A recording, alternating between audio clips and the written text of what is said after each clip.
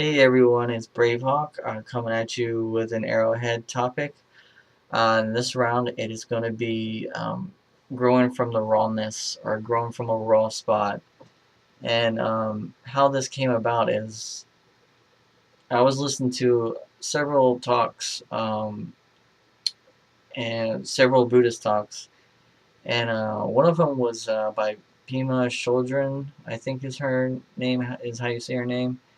And she talks about growing from the raw spot in your life. So after I heard that a couple times, I wanted to do that, kind of touch up on that topic.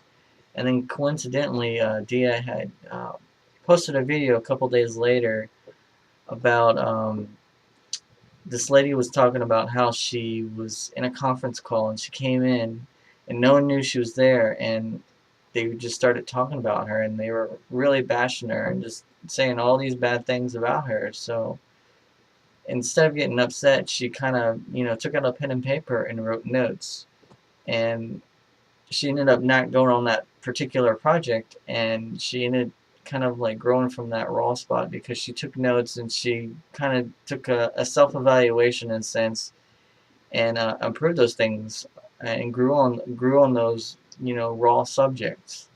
And so what is a raw spot, or what is the rawness? And really it's the truth. um, some people can't handle the truth, from that quote from the movie, you can't handle the truth. And that's the seriousness of it all. We live in a PC world where if we tell someone the truth, we're afraid of the repercussions and the things that come from that. And I think that's, in some way it is good, in some way it's bad, because if you didn't have that PC attitude, you have people coming up to you all the time going, "Hey, you're an asshole," and stuff like that. And that's not cool. You don't want to hear that all the time. But there are things that you do need to hear in your life to kind of improve. And I kind of relate that in a sense to, if you're doing art or if you're doing some kind of writing or project or anything, you go over it, and you kind of critique it yourself, and you kind of see, where the weak spots are, and you improve upon that. And that's kind of the same way you should be with your life. Um, that's kind of why I meditate. One of the reasons I meditate. um, I kind of take a self-evaluation every time. And this, when you self-evaluate, when you look at yourself in the mirror, or you look at yourself, through a spiritual or a mental aspect, you're not doing it to beat up yourself. No one wants to say, "God, I'm horrible. I look ugly, and I'm short, and I have horrible fashion." And it's not there to make yourself feel like crap and to sulk. Sometimes you do it just to find yourself, and whether you want to improve on that or not, that it depends on your happiness, your contentness with that. You know, if you are doing something because you're just content and you're not happy, I mean that in itself is a bad thing. What makes you happy? What's going to make you feel good? And you should take it to that step further. If you're content, obviously you have a good, solid ground to build on. If it really depresses you, then you have to figure out the opposite of that. What is going to make me feel better. You know, um, I was going to say something else, but I forgot. Um, I think a lot of this is connected to our egos as a person.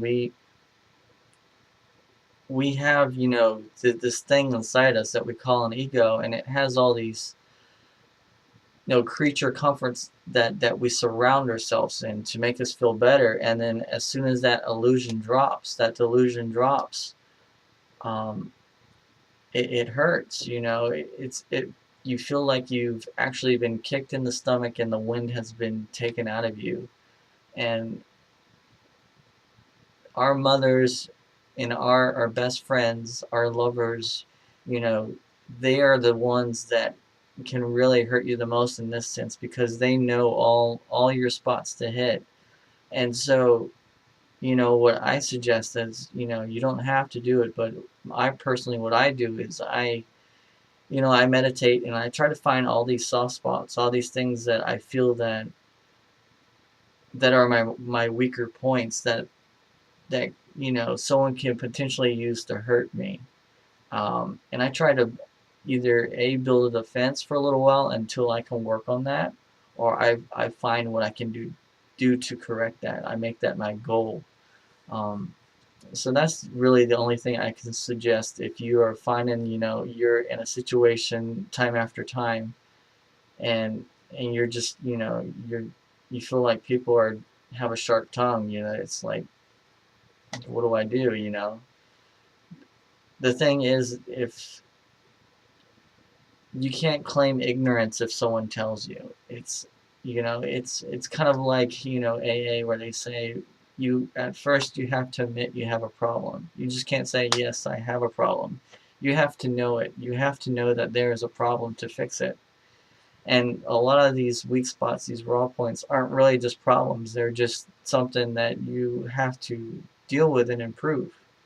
You know, I don't think anyone has a problem in life. I just think there are things in their life that cause problems along the way.